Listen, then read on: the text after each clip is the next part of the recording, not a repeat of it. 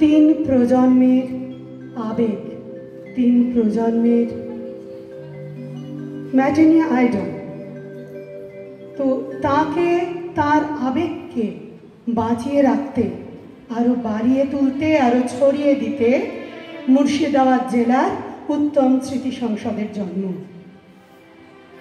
যদিও তার জন্ম হয়েছে ঘরোয়াভাবেই, তবু আনুষ্ঠানিকভাবে তার জন্ম আজকে আপনাদের সকলের উপস্থিতিতে এই শুভক্ষণে তার প্রথম আত্মপ্রকাশ।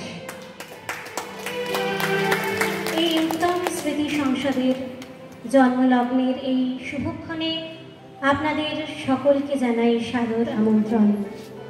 আপনারা সবাই মিলে আমাদের সঙ্গে আজ সাক্ষী থাকুন এই শুভ মুহূর্তের। এই অনুষ্ঠানের শুভ সূচনার জন্য আমরা প্রথমে আমাদের মঞ্চে আমন্ত্রণ জানাবো ডাক্তার সুপ্রতীক চক্রবর্তী মহাশয়কে, সভাপতি উত্তম স্মৃতি সংসদ। আমরা ডাক্তারবাবুকে ডেকে নেব, তার গুরুত্বপূর্ণ এবং মূল্যবান বক্তব্যের মধ্যে দিয়ে আমরা আমাদের অনুষ্ঠানের শুভ সূচনা ঘোষণা করব। নমস্কার। মনটা ভালো নেই আসলে। আমি তো ডাক্তার সমাজের একটা বড় প্রতিনিধি, আর যে ঘটনাটা ঘটেছে সেটা ডাক্তার সমাজ দিয়েই শুরু হয়েছে। সামাজিক যে অবক্ষয়, যে পতন, মনটা ভারাক্রান্ত।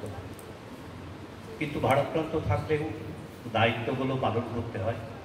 আর আজকের যে অনুষ্ঠান, সেটা একটা ভবিষ্যতে এগিয়ে যাওয়ার একটা অনুষ্ঠান, সেটা অনেক আগে থেকে ঠিক হয়ে গেছে, তাই সেখানেও একটা দায়িত্ব থাকে। আজকে যারা এসছেন তাদেরকে আমার অভিনন্দন।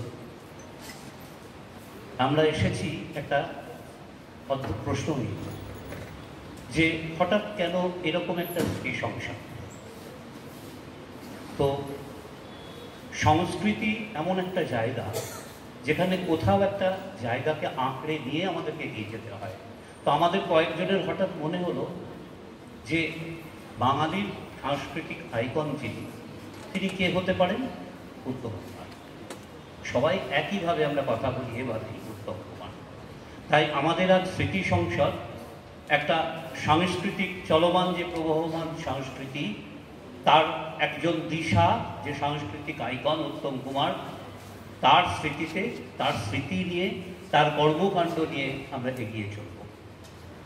বেশি কথা বলবো না, কিন্তু খুব প্রাসঙ্গিক তিনি কেন, সেটা আমার বারবার মনে এসেছে। কেন তিনি এতটা প্রাসঙ্গিক এই কারণে যে আজকের যে সিনেমার, চলচ্চিত্রের যে উন্নতি, যে পরিবর্তন, যে চরিত্রধর্মী বা জীবনমুখী, যেভাবেই বলুন, যে আধুনিকতা, তার মধ্যেও কিন্তু উত্তম কুমারের সেই সহজ সরল জীবন, সুন্দর সুন্দর গান, তার ব্যক্তিত্ব, তার সেতারের মতো সূক্ষ্ম গুণন নায়কের অভিনয়ের, সেগুলো কিন্তু হারিয়ে যায়নি।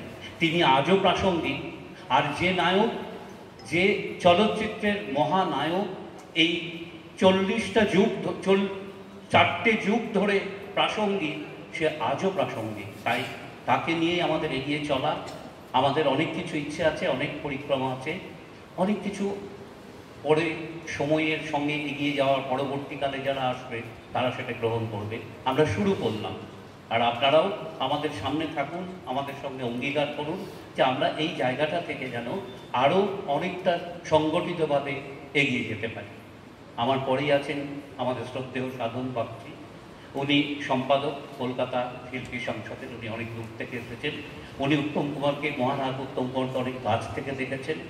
আমরা তার মূল্যবান সময়ে তাকে আমরা পেয়েছি, তার কাছ থেকে মূল্যবান সমস্ত তার তত্ত্ব, সেই সময়ে প্রাসঙ্গিক যে সমস্ত কথাবার্তা, সেগুলো শুনতে আগ্রহী।